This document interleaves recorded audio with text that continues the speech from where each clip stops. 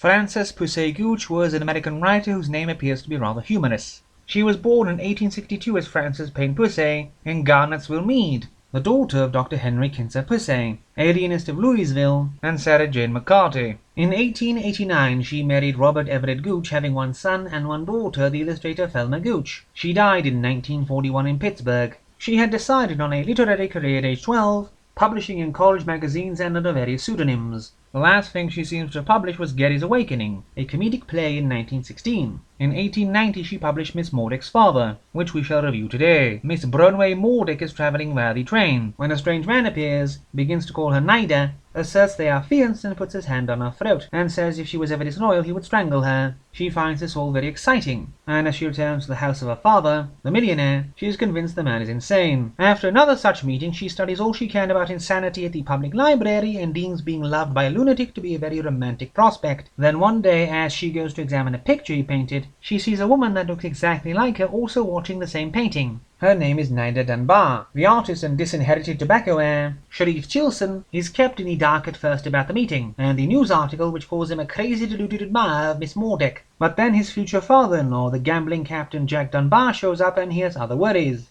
The man does not like Chilson since he prevented Dunbar from nearly killing a man in a gambling den. Meantime, in the Mordeck home, we are told of the strange disappearances of Thomas Mordeck, Brownell's father, which had been going on for 20 years at irregular intervals. Just before a spot of delirium, Thomas Mordeck races hell to try and find a key, which he always must have with him, but of what it unlocks he has no idea. After he gets better, Thomas Mordeck shows up in Chilson's studio one day to have his portrait painted, and as soon as he enters, Chilson recognizes Jack Dunbar. Except Mordeck is not aware of ever having seen the man, and any hints dropped leave him cold. During the sittings, Mordeck reveals to Chilson how he had been a Union man during the Civil War, when Chilson knows Dunbar had fought for the Confederacy, and had met his wife in 1862, before he was wounded in the head, to not wake up again until 1865. Chilson is perpetually making new theories as to the reason behind this similarity, thinking that Mordeck and Dunbar might be siblings divided by the Civil War. But all his theories go up in smoke when he is visited one day by Jack Dunbar, who falls over and gets up as Thomas Mordeck.